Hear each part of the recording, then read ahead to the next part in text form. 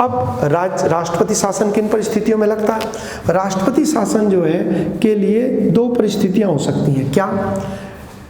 इसकी रूपरेखा इस प्रकार से है कि जैसे राज्य में विधानसभा है, अब विधानसभा के लिए चुनाव होते हैं और चुनाव होने के बाद, नतीजे आने के बाद किसी भी राजनीतिक दल को यदि स्पष्ट बहुमत प्राप्त नहीं होता है तो ऐसी स्थिति के अंदर उस राज्य में राष्ट्रपति शासन लगाया जा सकता है।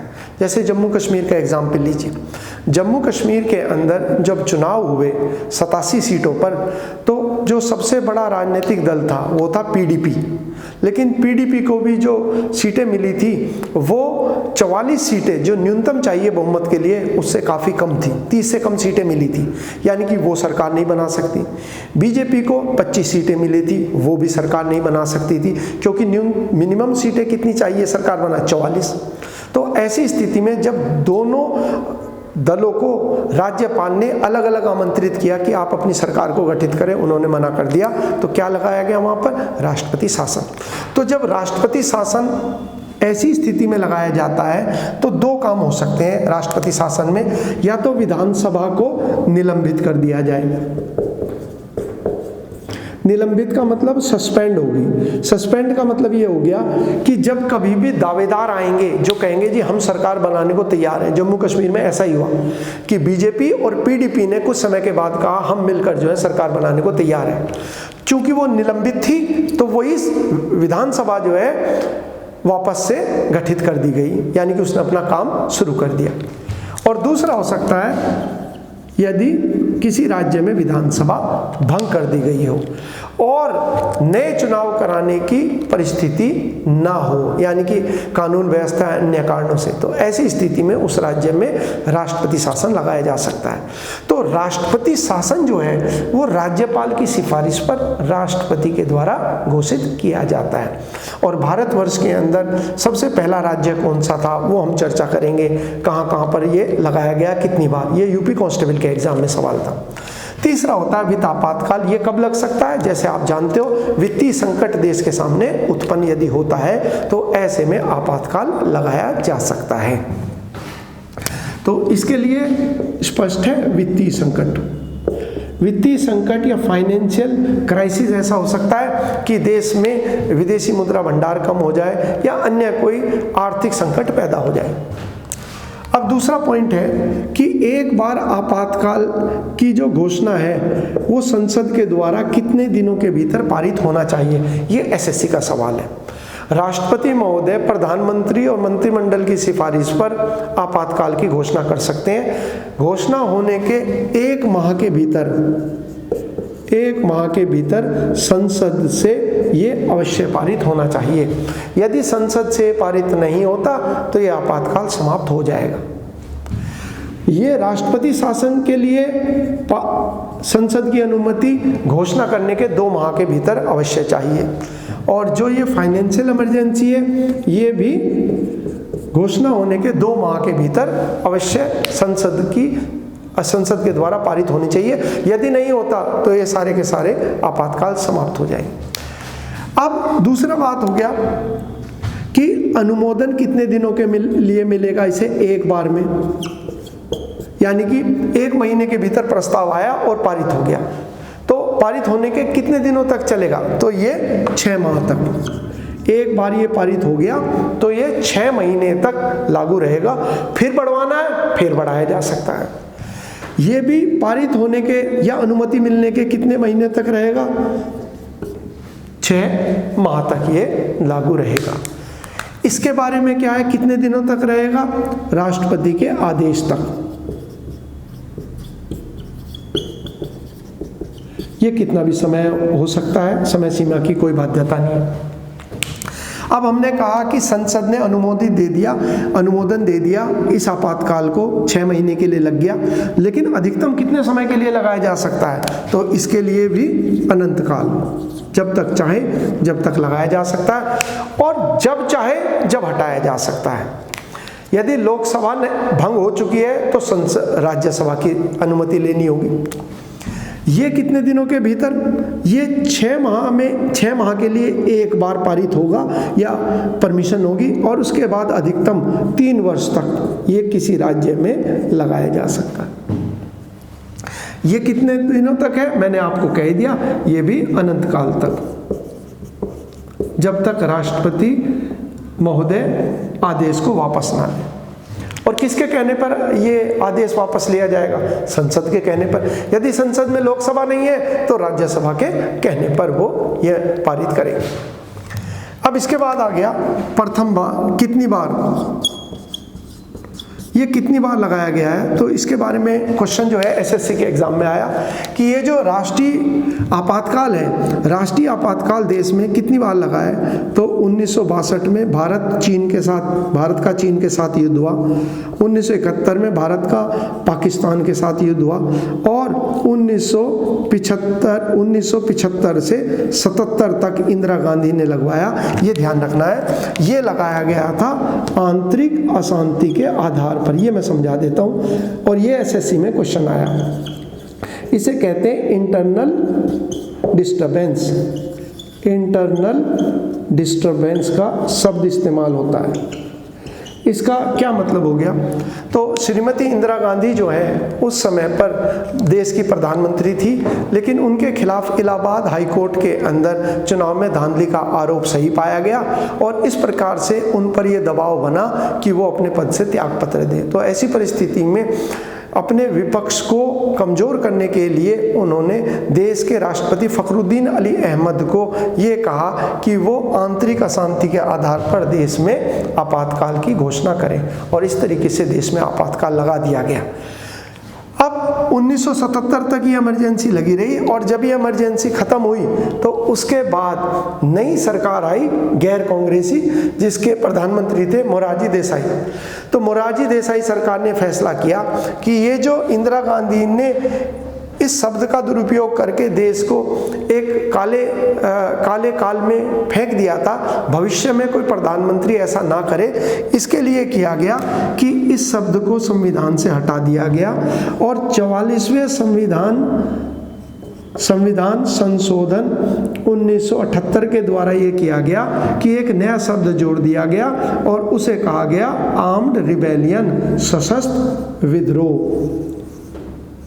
इस तरीके से देश में अब ये शब्द प्रयुक्त नहीं होता संविधान में, अब इस्तेमाल होता है आर्म्ड रिबेलियन। ये ध्यान रखना आप लोगों को। इसके अलावा और कौन कौन से पॉइंट है जो एग्जाम के लिए इंपॉर्टेंट है वो मैं बताता हूँ। यूपी कांस्टेबल के एग्जाम में क्वेश्चन आया कि यदि किसी राज्य में राष्ट्रपति शासन लगेगा तो उस राज्य का जो बजट है वो कहाँ से पारित होगा या कौन पारित करेगा। तो जैसे मैंने कहा, किसी भी राज्य के अंदर यदि राष्ट्रपति शासन लगता है तो राष्ट्रपति के पास सारे अधिकार आएंगे, और उनके प्रतिनिधि के रूप में राज्यपाल व्यवस्था को संभालता है। राज्यपाल की नियुक्ति राष्ट्रपति के द्वारा, और राष्ट्रपति किसकी सलाह पर करता है, ये भी क्वेश्चन आया था यूपीएसआई में। तो राष्ट्रपति हमेशा प्रधानमंत्री की सलाह पर ये निर्णय लेता है। तो एक प्रकार से राष्ट्रपति शासन के दौरान उस राज्य की सारी शक्तियां संसद के पास यानी कि केंद्र सरकार के पास आएगी। इसलिए जो राष्ट्रपति शासन के दौरान बजट पारित होगा वो संसद में ही पारित होगा। तो यहाँ पर बजट की अगर हम बात करेंगे तो जब आपातकाल लगेगा तो बजट कहाँ पारित होगा? संसद में। ये ध्यान रखना है आपको। और हाँ, एक पॉइंट और मैं बताना आपको चाहता हूँ, उसे हम कंटिन्यू करते हैं। जो मैंने अभी बताया था कि भारत में आपातकाल कितनी बार लगा, राष्ट्रीय आपातकाल की घोषणा तो मैंने बता दिया। एक पॉइंट फिर है, राष्ट्रपति शासन कितनी बार लगा और वित्तीय आपातकाल कितनी बार लगा, ये भी बताते हैं। तो भारत के अंदर सबसे पहले पंजाब के अंदर लगाया गया, तो ध्यान रखना आपको, पहली बार पंजाब के अंदर। और जब ये पूछे सबसे ज़्यादा बार किस में लगा, तो हमारा आंसर होगा उत्तर प्रदेश। और सर्वाधिक समय के लिए 10 वर्ष की बात आएगी, वो मैंने तथ्य दे रखे हैं। सर्वाधिक समय के लिए कहाँ पर लगा, तो हमारा उत्तर होगा पंजाब। ये बिंदु मैंने इसके अंदर दे रखे हैं। यहाँ पर आप देखेंगे कि सर्वाधिक समय काल पंजाब में सबसे अधिक बार 10-10 बार दे रखा है। वर्ष आप देख लेना कौन कौन से वर्ष है, वो मैं यहाँ चर्चा नहीं कर रहा। वित्त आपातकाल के बारे में क्वेश्चन आता है, कभी नहीं। यूपीपीसीएस का सवाल है कितनी बार, तो एक बार भी इसकी आवश्यकता नहीं पड़ी है। अब आते हैं मौलिक अधिकारों पे क्या फर्क पड़ेगा इस दौरान। मौलिक अधिकार, तो आप ये जान लीजिए कि हमारे जो मौलिक अधिकार हैं, जिन्हें हमारे संविधान का मैग्ना कार्टा कहा जाता है, उस मामले में ये है कि जब राष्ट्रीय आपातकाल लगेगा तो मौलिक अधिकार जो है 20 और 21 को छोड़कर ये तो कभी समाप्त नहीं होंगे, क्योंकि 44वें संविधान संशोधन में प्रावधान किया गया, 44th कॉन्स्टिट्यूशनल अमेंडमेंट एक्ट में किया गया कि ये कभी समाप्त नहीं होंगे। तो इनके अलावा बाकी जो अधिकार हैं उन्हें राष्ट्रपति महोदय निरस्त कर सकते हैं। लेकिन अगर सशस्त्र विद्रोह यानी कि आर्म्ड रिबेलियन के आधार पर आपातकाल की घोषणा की जाती है, सशस्त्र विद्रोह के आधार पर, तब हमारे अनुच्छेद 19 में जो अधिकार दिए गए हैं वो निरस्त नहीं होंगे। ये मैंने आपको पॉइंट दे रखा है, अब आप देखेंगे पेज नंबर 30 पे है। तो इनके बारे में जो पॉइंट है, ये पॉइंट मैंने इसमें सारे इसमें दिए हुए हैं, और इनके बारे में इनमें क्या स्थिति होगी, कोई फर्क नहीं, मौलिक अधिकार में कोई फर्क नहीं पड़ेगा, और यहाँ भी कोई फर्क नहीं। हालांकि वेतनमान आदि जो होगा कर्मचारियों का वित्त आपातकाल के दौरान उसमें कटौती की जा सकती है या उनको निलंबित भी किया जा सकता है, लेकिन मौलिक अधिकारों पर कोई फर्क नहीं पड़ेगा। अगला दे रखा है अध्यादेश जारी करने की शक्ति राष्ट्रपति की। तो अध्यादेश के बारे में मैंने बताया था, अध्यादेश क्या होता है। अध्यादेश वो प्रक्रिया है जिसके द्वारा संसद के बैठक आयोजित न होने के कारण जब आवश्यकता हो तो कोई कानून बनाया जा सकता है। देश में कानून जो बनता है वो लोकसभा और राज्यसभा से पारित होने के बाद राष्ट्रपति के हस्ताक्षर के बाद बनता है। अब ऐसी स्थिति उत्पन्न हो कि लोकसभा भंग हो जाए, केवल राज्यसभा है, तो भी कानून बनाने के लिए एक सदन कम हो जाएगा। तो ऐसे में प्रधानमंत्री राष्ट्रपति को सलाह देंगे कि आप जो है अध्यादेश जारी करो। या दूसरी परिस्थिति ऐसी हो सकती है कि सत्र ना चल रहा हो। मैंने आपको बताया कि संसद जो है 12 महीने बैठक नहीं करती, इनकी बैठक जो है सेशन या सत्र में होती है, और जब सत्र ना चल रहा हो, ब्रेक हो, छुट्टी हो, उस समय कानून की आवश्यकता हो तो भी प्रधानमंत्री कहने पर अध्यादेश जारी हो सकता है। अब जो ये अध्यादेश है, यूपी कांस्टेबल के एग्जाम में सवाल आया, अधिकतम अध्यादेश कितने समय के लिए लागू रह सकता है। तो यहाँ पर ये ध्यान दीजिए कि संसद की जो बैठक है वो 6 माह में एक बार अवश्य हो। संसद की बैठक 6 माह में एक बार ये अवश्य होनी चाहिए। और दूसरी शर्त विधेयक के बारे में क्या है, ये है कि पुनर्बैठक जब भी होगी, मान लीजिए 6 महीने के बाद होती, पुनर्बैठक के 6 सप्ताह के भीतर ये अध्यादेश कानून बन जाना चाहिए। अध्यादेश कानून कैसे बनेगा भाई, लोकसभा राज्यसभा दोनों से पास करेंगे और राष्ट्रपति साइन करेंगे। अगर ऐसा नहीं हो पाता तो वो निरस्त हो जाएगा, अपने आप ही खत्म हो जाएगा। यानी कि अधिकतम समय सीमा कितनी होगी, 6 महीने और 6 सप्ताह, ये अधिकतम सीमा है किसी भी विधेयक के लागू रहने की।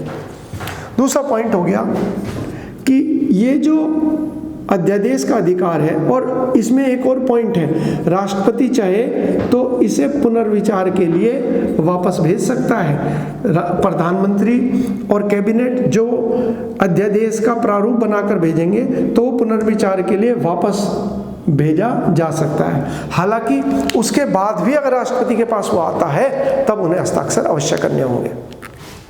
अगला पॉइंट आ गया कि इसको ये जो अध्यादेश जारी करने का अधिकार है, ये हमारे यहाँ संविधान में ब्रिटिश शासन के दौरान कौन से कानून में लाया गया था जिसे बाद में हमने संविधान में अपनाया?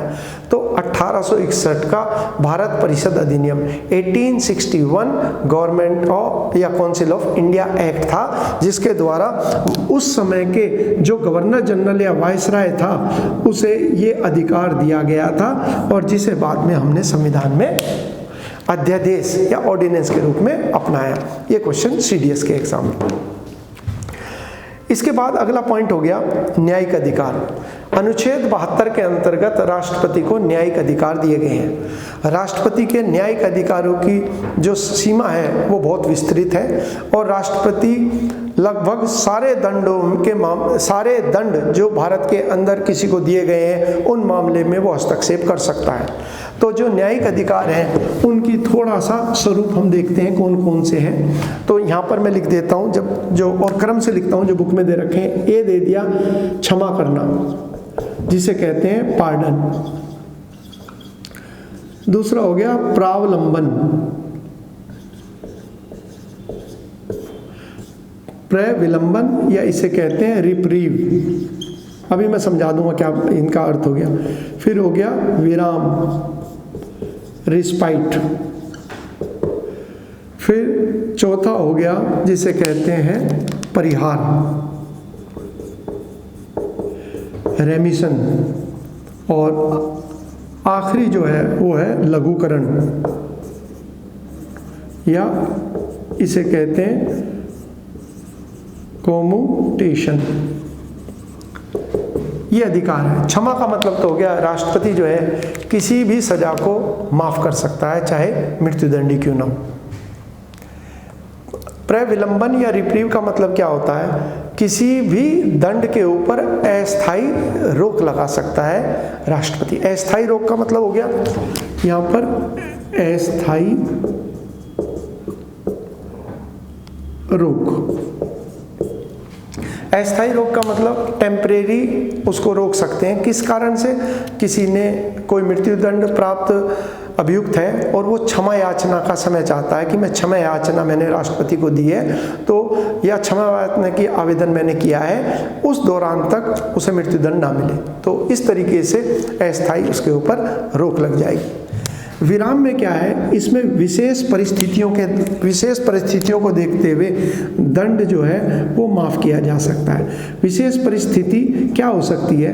विशेष परिस्थिति हो सकती है कोई अभियुक्त है जिसकी आयु जो है बहुत ज़्यादा हो जाए, उसे दंड मिला हो और उस दौरान उसकी आयु बहुत ज़्यादा हो जाए, या कोई महिला है वो गर्भवती हो जाए, या गर्भावस्था के ऐसे चरण में हो कि जहाँ उसे हॉस्पिटल या उसकी सजा को माफ़ किया जा सकता है। ये विशेष परिस्थिति। परिहार में क्या होता है? परिहार में होता है कि दंड की जो प्रकृति है उसमें तो कोई बदलाव नहीं किया जाएगा, लेकिन जो समय है दंड का वो घटा दिया जाए। मान लीजिए किसी को 5 वर्ष की कठोर कारावास की सज़ा मिली है, तो 5 साल की जगह पर क्या होगा? 2 वर्ष कर दिया जाएगा। 5 वर्ष की जगह पर, एग्जाम्पल के थ्रू समझिए, 5 वर्ष से घटाकर उसे 2 वर्ष की सज़ा में तब्दील कर दिया है। और आखिरी है लघुकरण। लघुकरण का मतलब हो गया एक सज़ा को दूसरी सज़ा में तब्दील कर दिया जाए। मान लिया किसी को आजीवन कारावास दिया गया कठोर सश्रम के साथ, यानी कि शारीरिक मेहनत के साथ, और उसे घटा के कर दिया जाए 12 वर्ष, 10 वर्ष या अन्य वर्ष के रूप में तब्दील किया जाए। किसी को 8 साल की सज़ा मिली थी, उसको बदलकर 4 वर्ष में कर दिया जाए। इसे लघुकरण किया है, इसे लघुकरण या कम्यूटेशन, यानी कि जो दंड था वो दंड के स्वरूप में परिवर्तन करना, इसे लघुकरण कहते हैं। एग्जैक्ट वर्ड जो था ये था दंड के स्वरूप को बदलकर कम करना, जैसे मौत की सजा है आजीवन कारावास में बदलना। इसके अलावा यहाँ पर यह भी जाने करके एक पॉइंट दे दिया कि हमारे यहाँ पर जो है राष्ट्रपति महोदय जितने भी भारत में केंद्रीय विश्वविद्यालय हैं, 2020 में भारत में जो सेंट्रल यूनिवर्सिटी है उनकी संख्या है 54। तो सारे के सारे जो विश्वविद्यालय हैं केंद्रीय विश्वविद्यालय, उसके अंतर्गत वो क्या है? वह विजिटर के रूप में उनका पद है और वो वहाँ पर जो चांसलर है, वाइस चांसलर है, उनकी वो नियुक्ति करते हैं, ये उनका अधिकार है। इसके बाद दे दिया राष्ट्रपति के बारे में महत्वपूर्ण तथ्य, एक एक करके राष्ट्रपति। आप एक काम कीजिए कि जितने भी देश के अंदर राष्ट्रपति हैं, 14 राष्ट्रपति हैं, उन सबका क्रम याद कर लीजिए। ये एग्जाम में क्वेश्चन आया हुआ यूपीएससी के अंदर।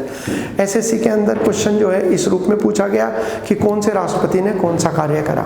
तो मैं एक बार आपको क्रम बता देता हूँ। सबसे पहले राष्ट्रपति डॉक्टर राजेंद्र प्रसाद, दूसरे क्रम पे है एस राधाकृष्णन, तीसरे नंबर पर है जाकिर हुसैन, चौथे नंबर पर है वीवी गिरी, पांचवें पर है नीलम संजीवा फखरुद्दीन अली अहमद, उसके बाद है नीलम संजीवा रेड्डी, नीलम संजीवा रेड्डी के बाद ज्ञानी जेल सिंह, ज्ञानी जेल सिंह के बाद आर वेंकटरमन, आर वेंकटरमन के बाद शंकर दयाल शर्मा, शंकर दयाल शर्मा के बाद के आर नारायणन, के आर नारायणन के बाद अगले जो राष्ट्रपति बने वो एपीजे अब्दुल कलाम, एपीजे अब्दुल कलाम के बाद श्रीमती प्रतिभा पाटिल, उसके बाद प्रणब मुखर्जी और वर्तमान में है रामनाथ कोविंद जी। तो आप इनको सीक्वेंस में याद कर लीजिए। साथ ही साथ मैंने चार्ट में ये भी दे रखा है कि कितने राष्ट्रपति हैं जिन्हें भारत रत्न पुरस्कार मिला। तो आप पाएंगे जो पहले 4 राष्ट्रपति थे, यानी कि राजेंद्र प्रसाद, एस राधाकृष्णन, जाकिर हुसैन और वीवी गिरी, इन चारों को, और बाद में 2 और राष्ट्रपति एपीजे कलाम और प्रणब दा या प्रणब मुखर्जी, इन 6 राष्ट्रपतियों को भारत रत्न पुरस्कार से भी सम्मानित किया गया। अब एक एक करके इनके तथ्य देख लेते हैं क्या क्या है। सबसे पहले डॉक्टर राजेंद्र प्रसाद लगातार 2 बार या एकमात्र राष्ट्रपति जो 2 बार राष्ट्रपति बने हैं, वो कौन कहलाते हैं? वो कहलाते हैं डॉक्टर राजेंद्र प्रसाद। और इनका उपनाम क्या है? आजाद शत्रु, जिनका कोई शत्रु ना हो। सबसे ज़्यादा वोटों के अंतर से जीतने वाले राष्ट्रपति अब तक कौन है? उनमें भी डॉक्टर राजेंद्र प्रसाद। और यहाँ ये ध्यान रखिए कि डॉक्टर राजेंद्र प्रसाद जो है 1950 से लेकर 1952 तक राष्ट्रपति थे। हालांकि हमारे यहाँ पर जो राष्ट्रपति के चुनाव की प्रक्रिया है, उस प्रक्रिया में लोकसभा, राज्यसभा और विधानसभा के सदस्य हिस्सा लेते हैं, लेकिन हमारे यहाँ संसद का गठन जो है 1952 में हुआ। तो 1950 से 52 तक के लिए तो वो देश के राष्ट्राध्यक्ष बने, क्योंकि संविधान सभा ने उन्हें देश का पहला राष्ट्रपति चुना। उसके बाद फिर लगातार 2 कार्यकाल के लिए उनका चुनाव उसी विधि से हुआ जिस विधि को आज तक अपनाया जा रहा है। यानी कि राष्ट्रपति पद पर या राष्ट्राध्यक्ष के पद पर वो कब कितने वर्ष तक रहे? वो 12 वर्ष तक। एसएससी में सवाल आया था पहली बार राजेंद्र प्रसाद राष्ट्रपति कैसे बने? तो संविधान सभा के द्वारा।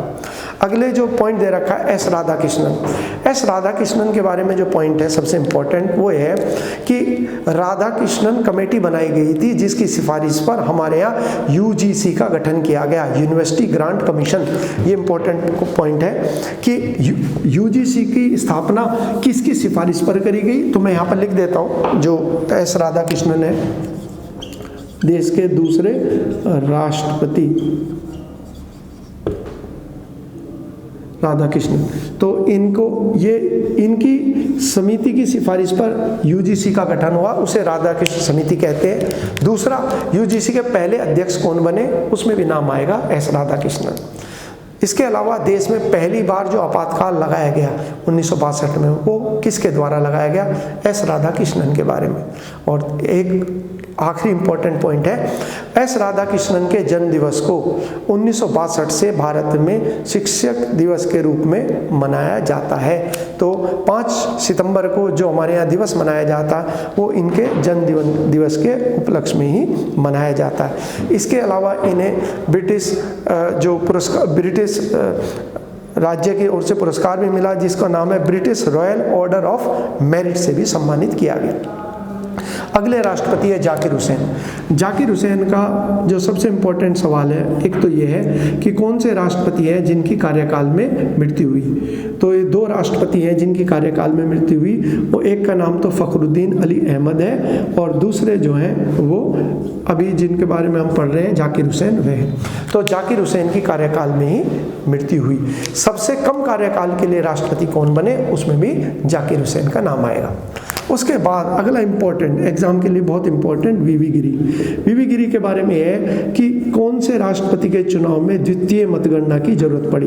वो मैंने आपको समझा दिया था कि राजनीतिक कारणों से जो कांग्रेस आई के सांसद थे उन्होंने अलग अलग प्रत्याशियों को मत दिया, जिसकी वजह से पहली बार की गिनती में कोई भी स्पष्ट बहुमत प्राप्त नहीं कर पाया। उसके बाद वीवी गिरी द्वारा जब वोटिंग हुई तो वीवी गिरी देश के राष्ट्रपति चुन लिए गए। एक तो ये सवाल है।